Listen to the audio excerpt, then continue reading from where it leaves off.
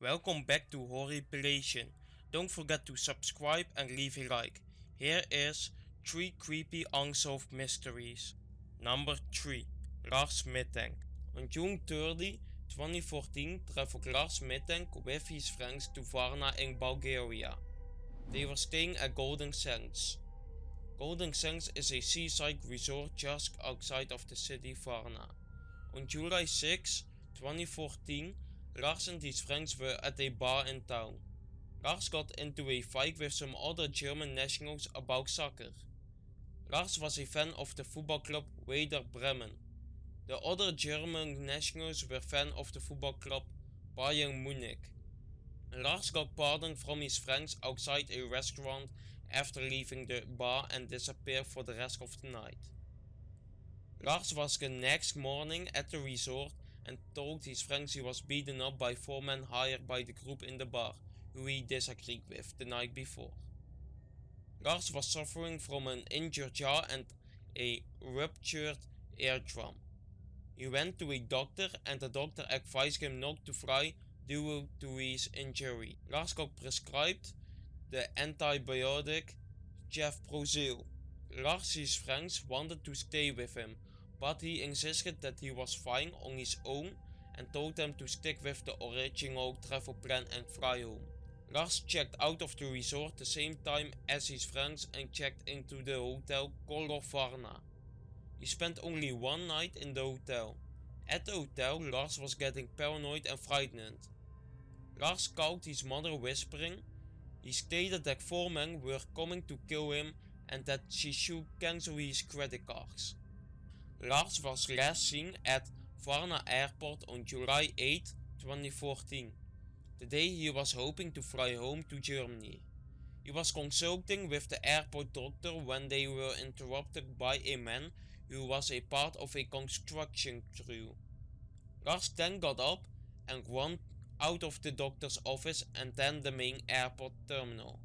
He was captured by airport security cameras running away. Once outside the airport, he was seen climbing a fence, running into a meadow and disappearing into an adjacent field of sunflowers near Bulgarian National Highway A2. Till this day is Lars missing for 7 years, 1 month and 10 days.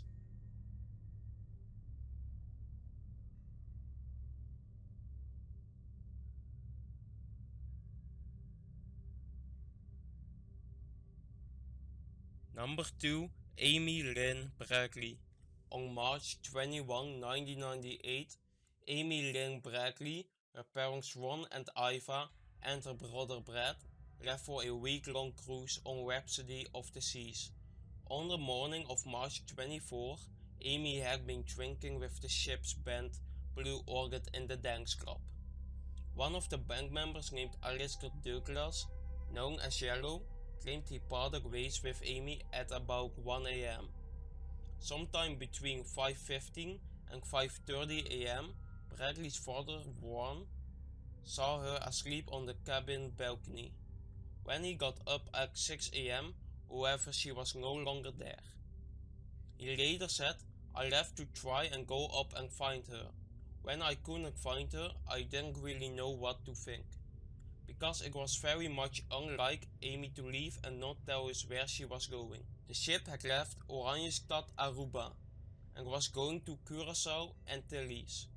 At the time, Amy was last seen and docked there shortly after it was realized that she had gone missing. Extensive searches on the ship and at sea produced no signs of her whereabouts. The Netherlands Antilles Coast Guard conducted a 4-day search that ended on March 27, and Royal Caribbean Cruise Lines chartered a boat to continue looking for her, but they ended their search on March 29. Amy was a trained lifeguard, and investigators said there was no evidence that she had fallen overboard and none that she died by suicide either. There were possible sightings of Amy in Curacao in 1998 and 1999. 2 Canadian tourists reported seeing a woman resembling Amy on a beach in Curacao in August 1998. The woman's tattoos were reportedly identical to Amy's, and one of the two men said he was 2 feet away from her, and said he was sure it was her with complete full certainty. Amy's tattoos included a Tasmanian devil spinning a basketball located on her shoulder, the sun placed on her lower back, a Chinese symbol located on her right ankle, and a gecko lizard on her navel. She also had a naval ring. A member of the United States Navy stated that he had seen Bradley in a brothel in 1998.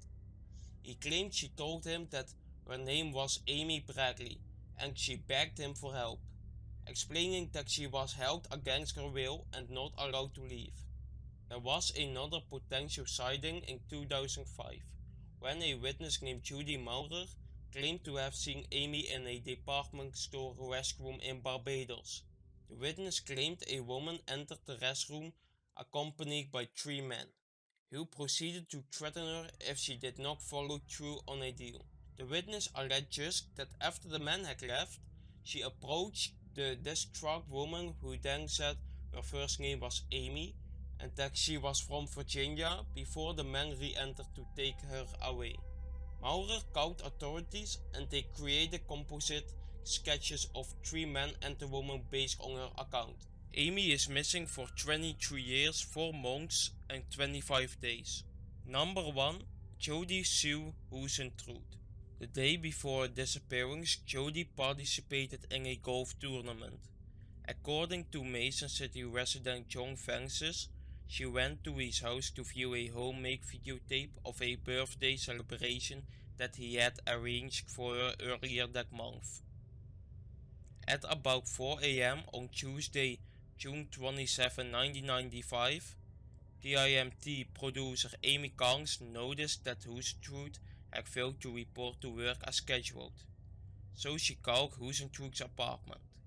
When Huisentruit answered the phone, she explained that she had overslept and that she was preparing to leave for the station.